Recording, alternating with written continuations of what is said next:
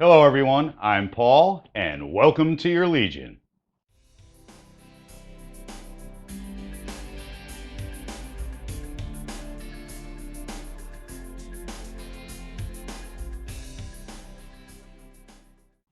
It's a great time for gamers.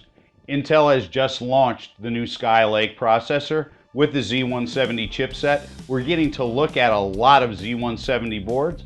This happens to be one from EVGA, and it's for the win. As you can see, it's the nice EVGA black box. There's nothing to take your eye away from it except for the Z170 and the FTW up on the front, and of course a couple Intel Core i things. And then if we look at the back of the box has some specs. It has some of the features of the actual motherboard. Now, let's go ahead and take a look at what comes in the box first. We have two SATA cables. We also have our I/O plate, an SLI bridge, and we also have some armor for our I/O plate.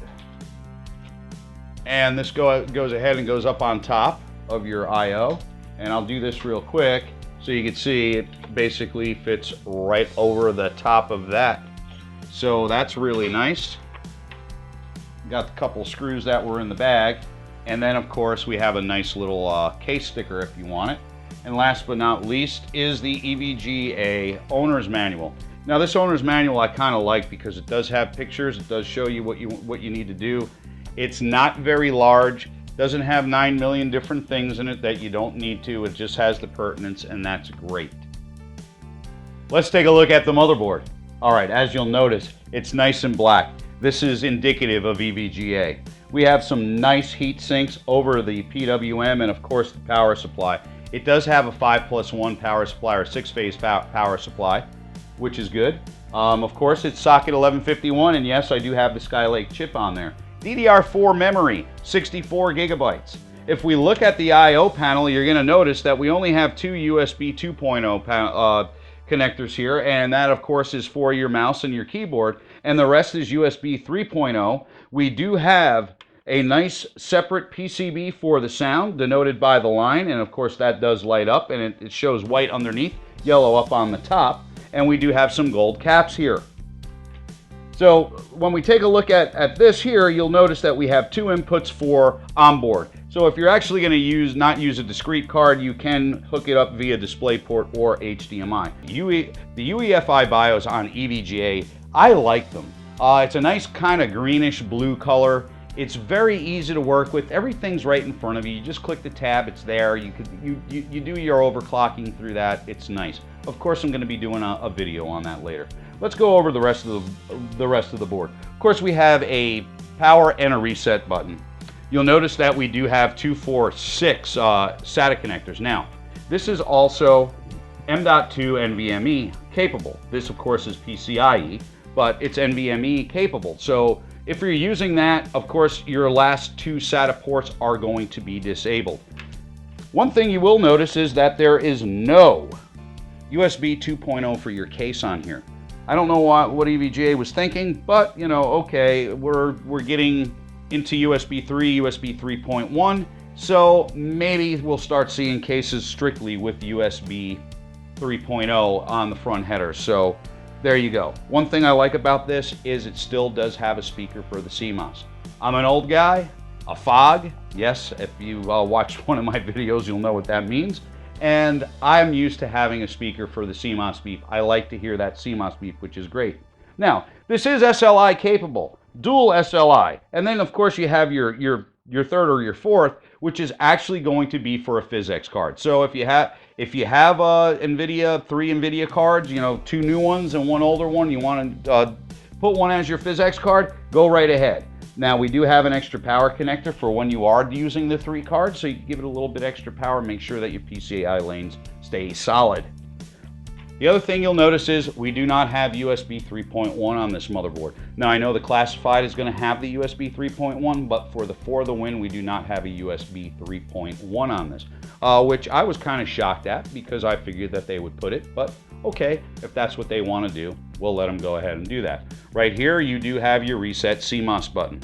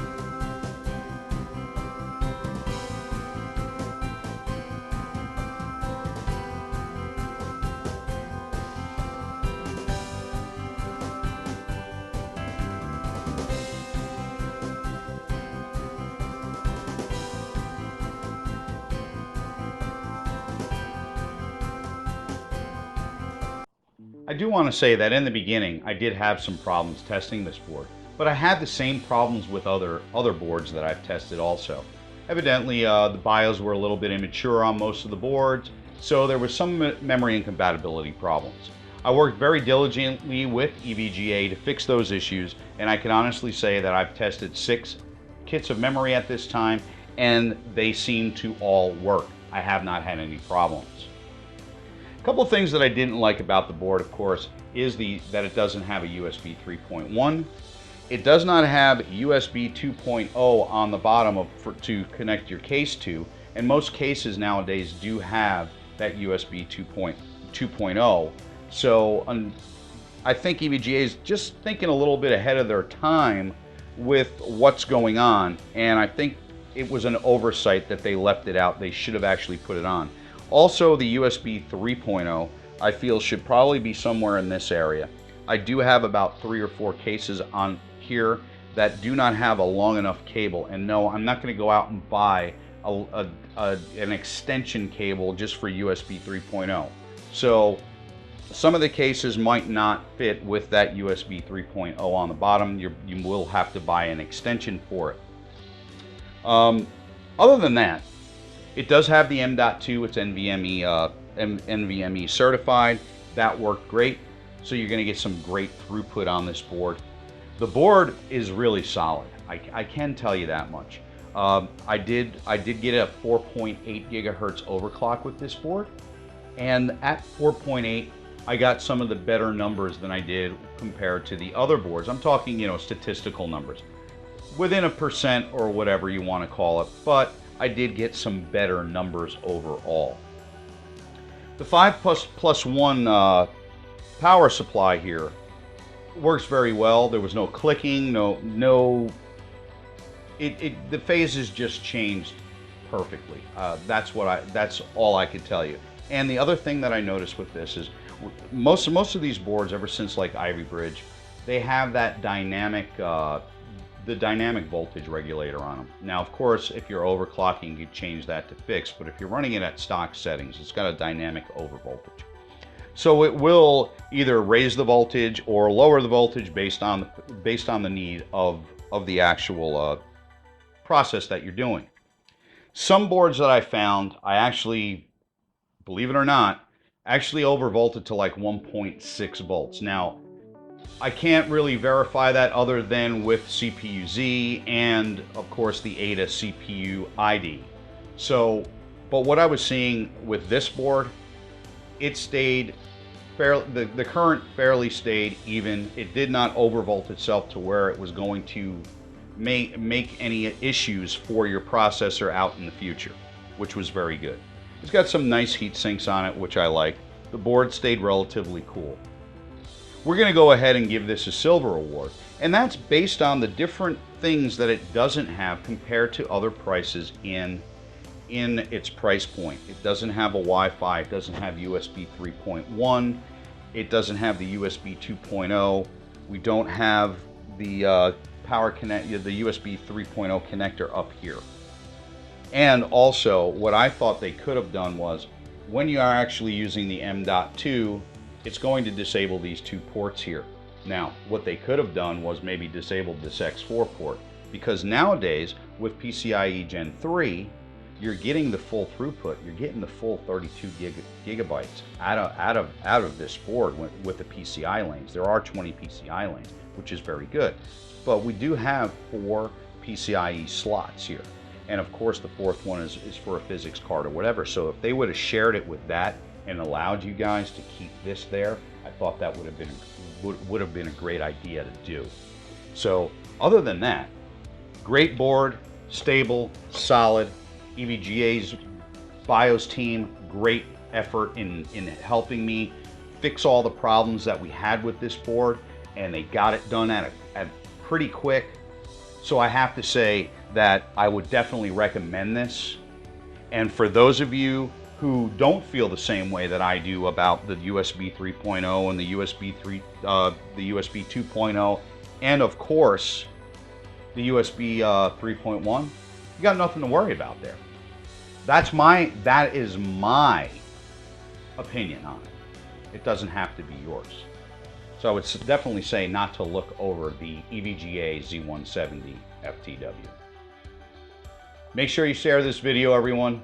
Stay thirsty, my friends. I will see you the next time. Bye-bye.